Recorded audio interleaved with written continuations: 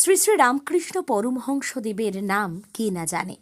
তিনি সেই শক্তির কথা বলেছিলেন, সেই প্রেমের কথা, সেই ভক্তির কথা বলেছিলেন, যা মানুষকে জীবনে বাঁচার প্রকৃত উদ্দেশ্যকে পরিচয় হতে সাহায্য করায়। আরামবাগের হরিণখোলা ২ নম্বর গ্রাম পঞ্চায়েতের সারাটি গ্রামে রামকৃষ্ণ পরমহংসদেবের মামার বাড়ি।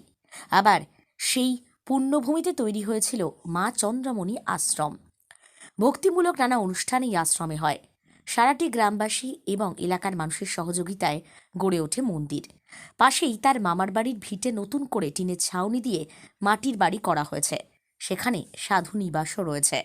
শান্ত, স্নিগ্ধ, মনোমুগ্ধকর পরিবেশে হাজার হাজার ভক্ত আসেন। উৎসবে ভিড় চোখে পড়ার মতো। এবার ঠাকুরের মামার বাড়ি সারাটিতে গড়ে ওঠা চন্দ্রমণি আশ্রমকে বেলুড়ের অধীনে আনা হলো। নাম রাখা হলো সারাটি রামকৃষ্ণ মিশন। অর্থাৎ কামারপুকুর বা খানাকুলের ইছাপুর রামকৃষ্ণ মিশনের মতোই ঠাকুরের মামার বাড়ি সারাটিতেও রামকৃষ্ণ মিশন গড়ে উঠল। মঙ্গলবার সারাদিন পূজাপাঠ, ভক্তিমূলক গান, নরনারায়ণ সেবা হলো। সারাটি রামকৃষ্ণ মিশনে নতুন অধ্যক্ষ হলেন স্বামী প্রাণরূপানন্দ মহারাজে। 2017 সালে আজকের দিনেই এই মঠের দ্বারোদ্ঘাটন হয়, তাই আজই বাৎসরিক অনুষ্ঠান। হাজার হাজার ভক্ত সমাগম এবং ধর্মীয় আবেগে মাতোয়ারা সকলেই। দেখতে থাকুন নিউজ বাংলাদেশা। আজকের দিনটা তো এমনি প্রতি বছরই আমাদের এই আজকের দিনটা বার্ষিক উৎসব হিসেবে পালিত হয়। 1992 সালে এই আশ্রমের পথ চলা শুরু। তারপর 2017 সালে এই 19 নভেম্বর তারিখে তৎকালীন সংঘাধ্যক্ষ মহারাজ পরম পূজ্যপাদ শ্রীমৎ স্বামী স্মরণানন্দজি এই আশ্রমের মন্দিরের উৎসর্গ করেছিলেন ঠাকুরের কাছে। তারপর থেকেই প্রতি বছর এই দিনে উৎসব করা হয়। শুধু করোনার 2 বছর করা যায়নি, সব অনেক জায়গাতেই কিছু হয়নি। তারপরে এদের দীর্ঘদিনের প্রচেষ্টা ছিল যারা এই আশ্রমটাকে চালাচ্ছিলেন, যেটা যেন বেলুড় মঠ অধিগ্রহণ করে তাদের শাখা কেন্দ্র হিসাবে। এবং তাদের দীর্ঘ তপস্যার ফল গত 14ই নভেম্বর আমাদের সংঘের চতুর্থ সংঘগুরু পরম পূজ্যপাদ শ্রীমৎ স্বামী বিজ্ঞানানন্দজি মহারাজের শুভ জন্মতিথিতে এই আশ্রম বেলুড় মঠ কর্তৃক পুরোপুরি অধিগৃহীত হয় এবং বেলুড় মঠ আমাকে এখানকার সম্পাদক বা আশ্রমের ইনচার্জ করে পাঠান। এবং আজকে এই উৎসবেতে আমাদের বেলুড় মঠ থেকে সহ সম্পাদক শ্রীমৎ স্বামী বলভদ্রানন্দজি মহারাজ এসেছেন এবং তাঁর হাতে এই আশ্রম কর্তৃপক্ষ কাগজপত্র ইত্যাদি যা যা কিছু দেবার হস্তান্তর করলেন এবং বেলুড় মঠও সেই কাগজগুলো আমাকে দিয়ে। শ্রীরামকৃষ্ণদেবের গর্ভধারিণী মা চন্দ্রমণি দেবীর এটা হচ্ছে জন্ম ভিটা, তার পৈতৃক বাড়ি। এইটা ওরা ছিলেন বন্দ্যোপাধ্যায় পরিবার। শোনা যায় এই গ্রামে জগদ্ধাত্রী পুজো খুব বিখ্যাত ছিল। সেই সময়ে দেড়ে গ্রাম থেকে ঠাকুর, যে পূর্ব পিতৃপুরুষের যে ভিটে ছিল, দেড়ে গ্রাম থেকে ঠাকুরের ঠাকুরদা তিনি এসেছিলেন জগদ্ধাত্রী পুজো দেখতে। তখন তার প্রথম পুত্র ক্ষুদিরামের বিবাহেরও যোগাযোগ চলছে এবং সুলক্ষণা কন্যা এই চন্দ্রমণিকে দেখে তার পছন্দ হয় এবং তারা তাকে পুত্রবধূ রূপে নিয়ে যান। আজকে হচ্ছে মূল এই যে 19 নভেম্বর 2017 সালে এই মন্দিরটা ঠাকুরকে উৎসর্গ করা হয়েছিল এবং এটাই প্রতি বছর বার্ষিক উৎসব হিসাবে এই দিনটিকে পালন করা হয়।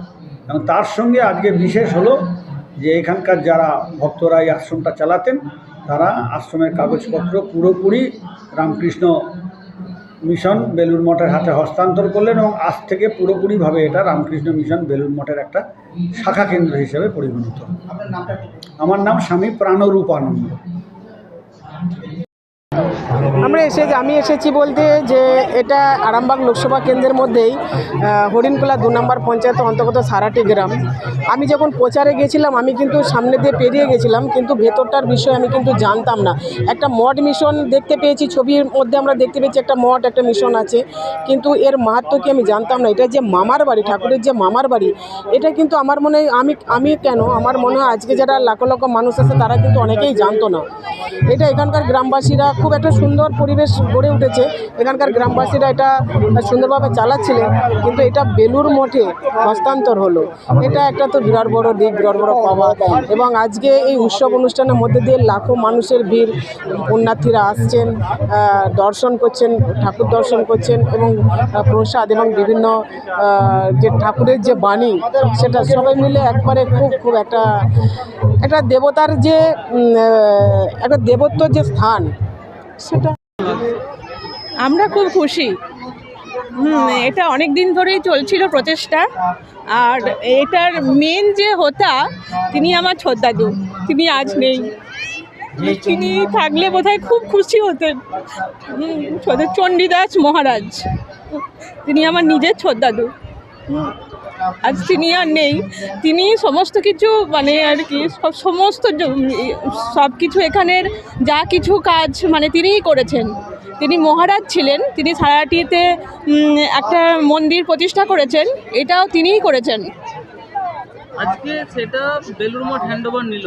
হ্যাঁ, কামারপুকুরের মতোই এটা মিশন হবে, আস্তে আস্তে উন্নতি হবে। শুনছি এখানে হসপিটাল হওয়ারও একটা প্রচেষ্টা চলছে। তারপরে সমস্ত কিছু নানা রকম কাজকর্ম শুরু হবে। মিশনের যেগুলো সমস্ত কিছু হয়, হাতের কাজ বা সমস্ত কিছু শিক্ষা দীক্ষা, একটা স্কুল কলেজ, ভবিষ্যতে নিশ্চয়ই সেগুলোও হবে। এটা যে চন্দ্রমণি দেবী, ওনার পরিচয়টা একটু বলবেন। রামকৃষ্ণদেবের মা ছিলেন উনি।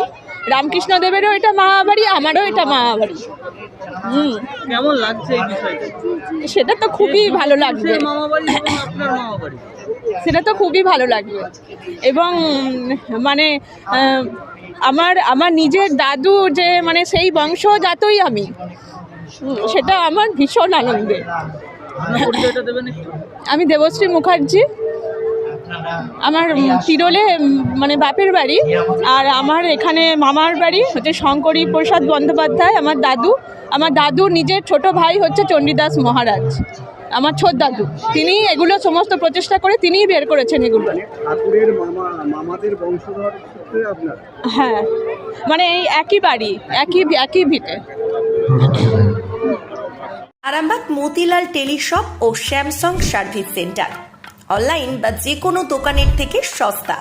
আপনাদের সকলের প্রিয় মতিলাল মোবাইল, তাই আজই আসুন।